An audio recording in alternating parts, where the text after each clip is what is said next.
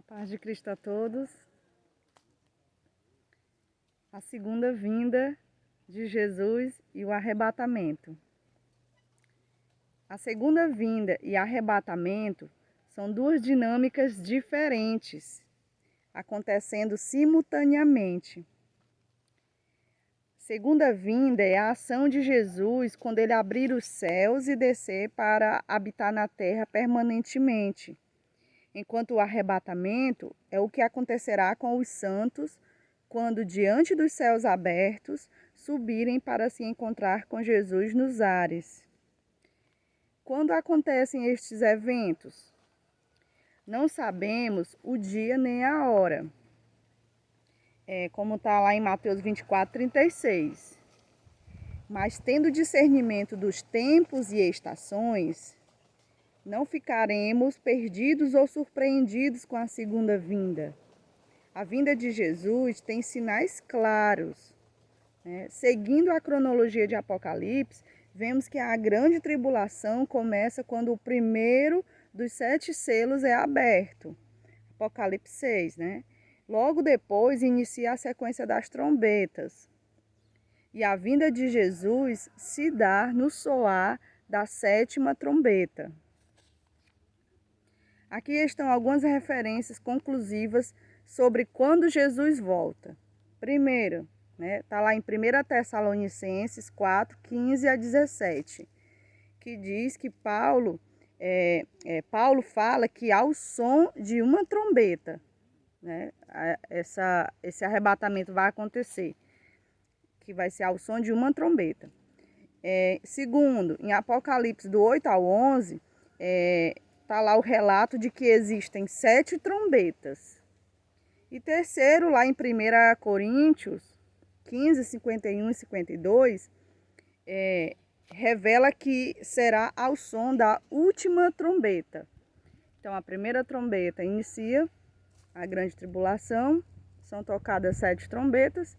Na 7ª, Jesus volta.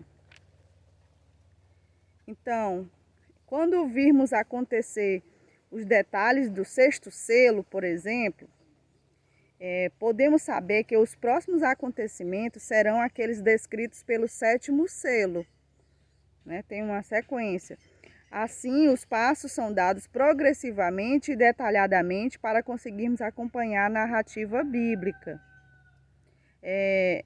No fim dos tempos, o livro de Apocalipse será para os santos como um manual de intercessão, que nos mostrará antecipadamente pelo que orar.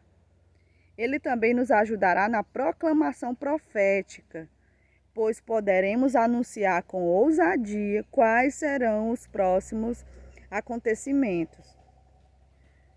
Então, o arrebatamento, o que acontecerá com os santos? A Bíblia nos dá informações claras sobre o que acontecerá com os santos quando Jesus retornar. Tanto os que estiverem vivos naquele momento, quanto os que tiverem morrido ao longo da história. A seguir, pontuamos algumas referências bíblicas que nos ajudam a compreender a sequência dos eventos do arrebatamento.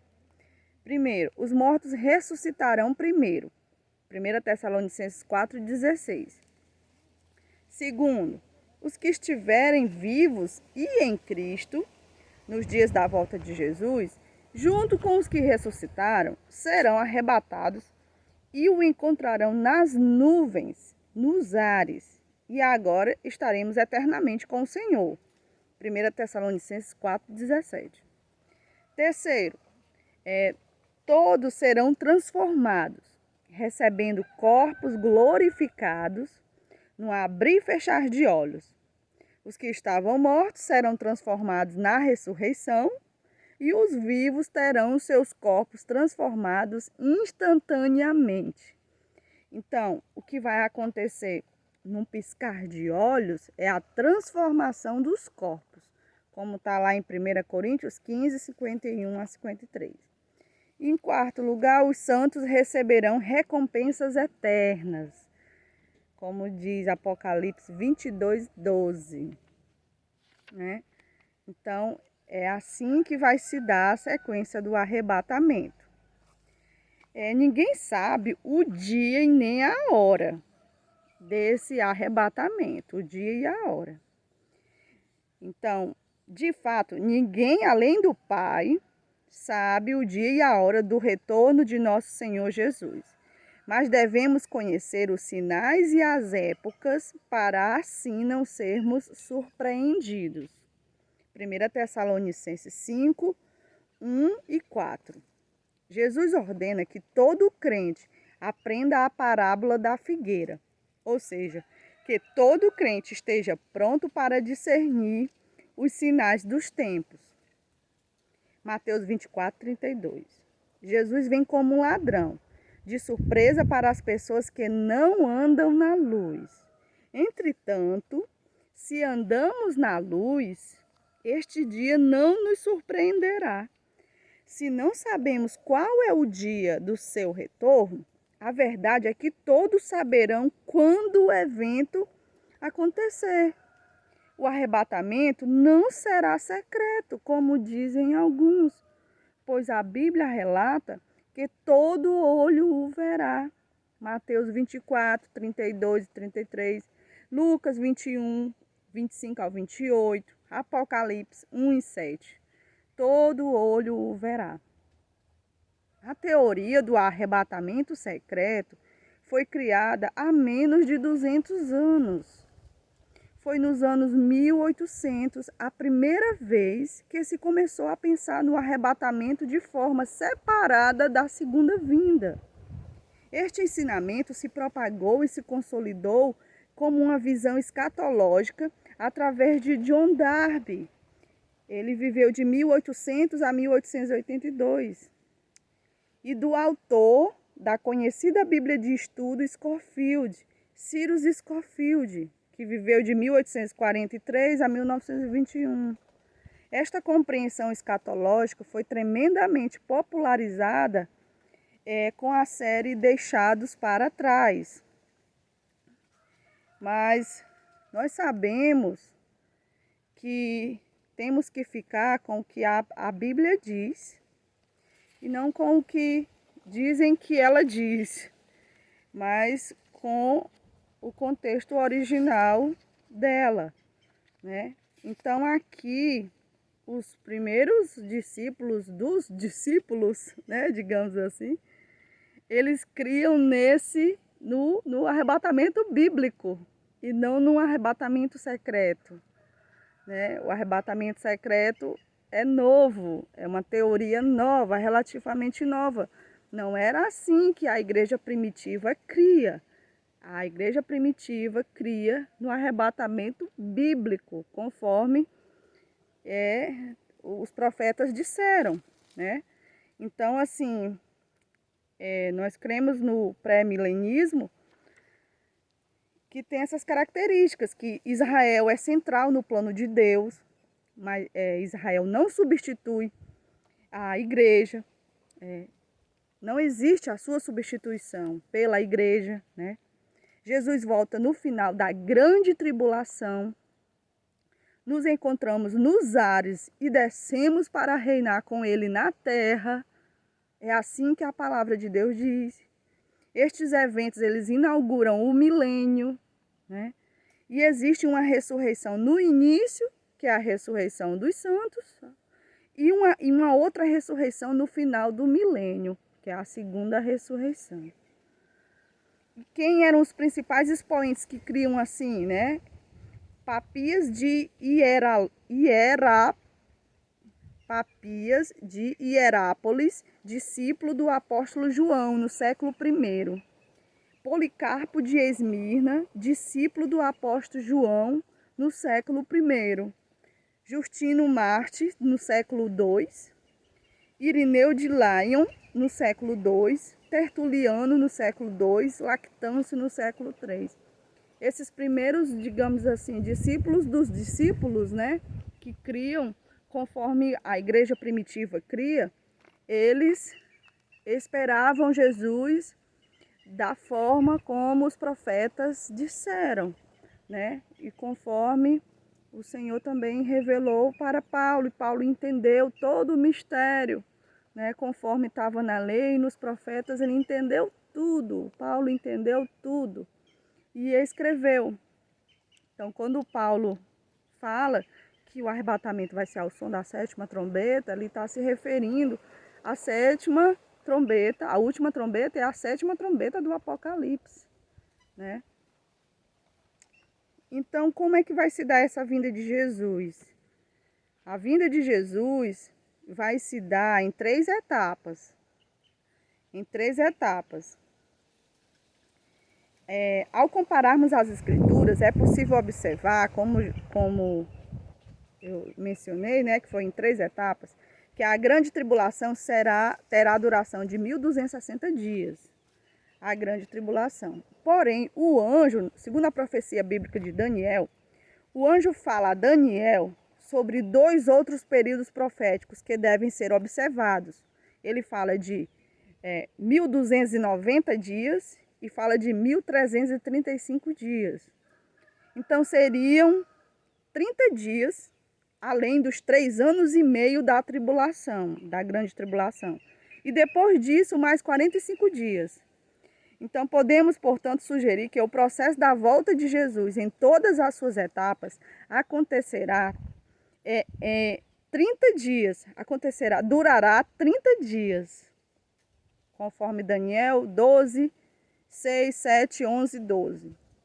E que após a sua entrada triunfal e coroação em Jerusalém, temos mais 45 dias para que se cumpra o que está escrito em Mateus 25, do 31 ao 46, que é o julgamento das nações.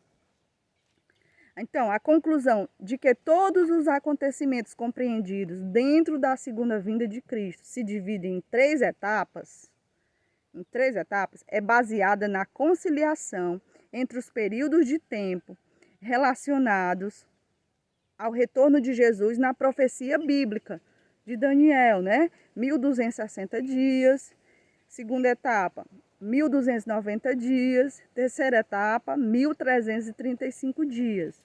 E as informações bíblicas sobre o que acontecerá quando Jesus vier. Então, a primeira etapa vai ser a sua aparição nos ares, em 1260 dias. Em 1290 dias vai ser a sua marcha, a marcha de Jesus sobre a terra. E em 1335 dias vai ser a sua entrada em Jerusalém. Então, como é a primeira etapa? Jesus virá nas nuvens, após os 1260 dias da grande tribulação, né? Como o próprio Cristo disse lá em Mateus, né? Após a tribulação daqueles dias, né? Aí ele descreve a vinda dele.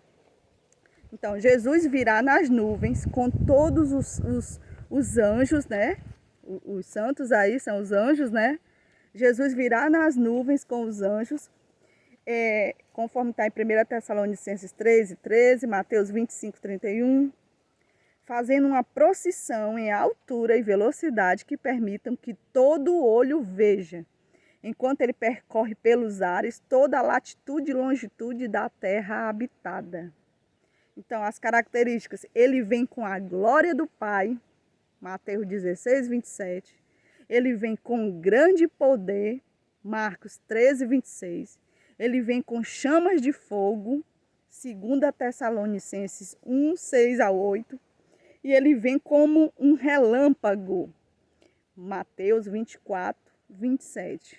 Não é rápido como um relâmpago, é visível como um relâmpago. Essa é a primeira etapa, em 1260 dias. Agora, a segunda etapa, em 1290 dias, conforme a profecia bíblica, Jesus virá marchando como um guerreiro, agora por terra, descendo do Egito e caminhando pelas nações do Oriente Médio, conforme está em Isaías 19, 1, Isaías 42, do 13 ao 17, Isaías 63, do 1 ao 6. Sua marcha por terra revela seu comprometimento com a causa da justiça e é a manifestação do seu amor e zelo ardente, como está em Salmo 45, do 1 ao 7, Abacuque 3, do 2 ao 19. Ele se suja com o sangue dos seus inimigos e ninguém pode detê-lo. Sua trajetória também reconta a história de Josué e da conquista de Canaã com os inimigos de Israel, sendo destruídos pelo exército liderado pelo anjo do Senhor. Jesus é o rei guerreiro, filho de Davi, que subjugou os povos ao redor de Israel e habitou em paz e prosperidade. Jesus libera fogo dos céus, assim como fez Elias, consumindo tudo que compete e impede que o amor de Deus seja plenamente manifesto e experimentado. A linha da trajetória da marcha de Jesus por terra reconta a história do Êxodo, apresentando-o como um Moisés superior, passando pelos atuais territórios de Egito, Arábia Saudita e Jordânia. O Senhor faz guerra em seu caminho e liberta os prisioneiros que foram feitos cativos durante o cerco de Jerusalém.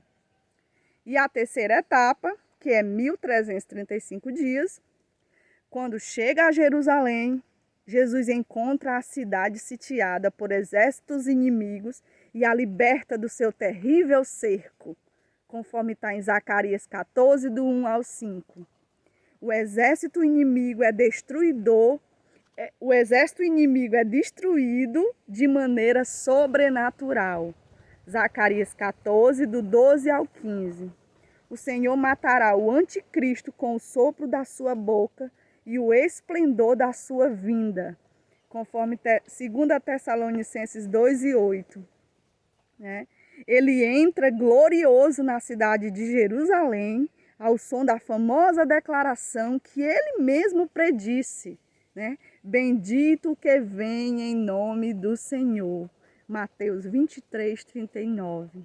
Ele é recebido pelas autoridades israelenses como o Messias esperado. E então toda a nação nasce de novo e é salva em apenas um dia. Isaías 66, 8, Romanos 11, 26. Depois de ter as portas abertas e ser reconhecido pelo seu povo como o Rei da Glória, o Senhor dos Exércitos, poderoso na guerra, ele será coroado e se assentará sobre o trono eternamente. Jeremias 3, 17, Mateus 25, 31 e 32. A paz de Cristo a todos.